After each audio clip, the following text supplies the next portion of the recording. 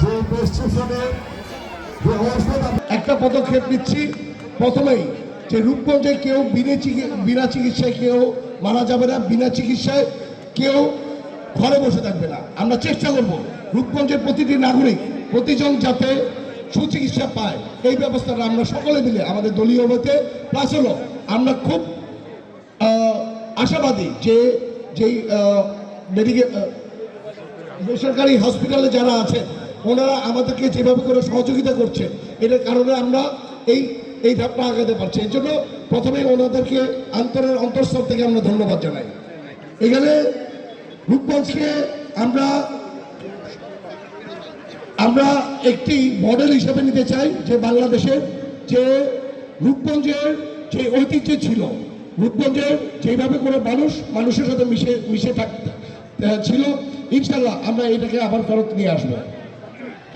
আজকে আমাদের হসপিটালের যারা এত কষ্ট করে আজকে যে এত সুন্দর করে অর্গানাইজ করেছেন এবং ডাক্তারগণ এখানে উপস্থিত আছেন, যারা ওষুধ বিভিন্ন ফার্মাসি যারা ওষুধ দিয়েছেন, আসলে সবাইকে ধন্যবাদ দিলে আমি ছোট করা হবে। কারণ আমার জানা মতে সারা বাংলাদেশে কোথাও এইভাবে করে চিকিৎসা ব্যবস্থা করেছে ফ্রি চিকিৎসা আমার জানা নেই। আল্লাহর রহমতে ওনাদের দ্বারা যেই সূচনা শুরু হয়েছে, আজকে রূপগঞ্জের অনেক কিছু দেখে বাংলাদেশের অনেক জায়গায় এরকম কাজ চলছে। আশা করি রূপগঞ্জের এই ধরনের জিনিস দেখে সারা বাংলাদেশে বিভিন্ন জায়গার বিভিন্ন হসপিটাল মালিকগণ এইভাবে করে বাংলাদেশের প্রতিটি নাগরিককে যাতে এই চিকিৎসার আওতায় আনে, এর জন্য আমি সবাইকে আহ্বান জানাবো যে এই ধরনের কাজগুলি যাতে সেবামূলক কাজগুলিতে যাতে চলে আসে। আমি প্রথমেই বলেছিলাম রাজনীতি মানে একটা সেবামূলক জিনিস, রাজনীতি মানে সেবা। আপনি সেবা করে মানুষের তার মিলে চলার জন্য আমরা যত সেবা দিব ইনশাল্লাহ আমরা ততই আগাবো রাজনীতি করে। আপনারা জানেন সকলে যে আমাদের 12 তারিখে একটি ইলেকশন আছে, যে ইলেকশনে গণতন্ত্রের জন্য আমাদের অনেক বাচ্চারা যাদের আমাদের সন্তান, আমার সন্তান, আপনাদের সন্তান, বাংলাদেশের সন্তান বলতেই আমরা বুঝি হলো আমাদের সন্তান। এই সন্তানগুলোকে হেলিকপ্টার দিয়ে পর্যন্ত গুলি করে মেরেছে, শুধু একটা মাত্র গণতন্ত্র যাতে এই দেশে না থাকে। আজকে আমরা এই গণতন্ত্রের দিকে চলে যাচ্ছি, ইনশাল্লাহ 12 তারিখের মধ্যে আমাদের গণতন্ত্র ফেরত আসবে।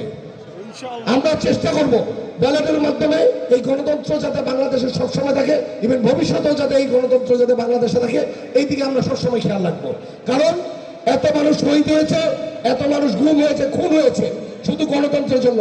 এই সুযোগ ইনশাল্লাহ আমরা 12 তারিখে কেউ ছাড়বো না ইনশাল্লাহ।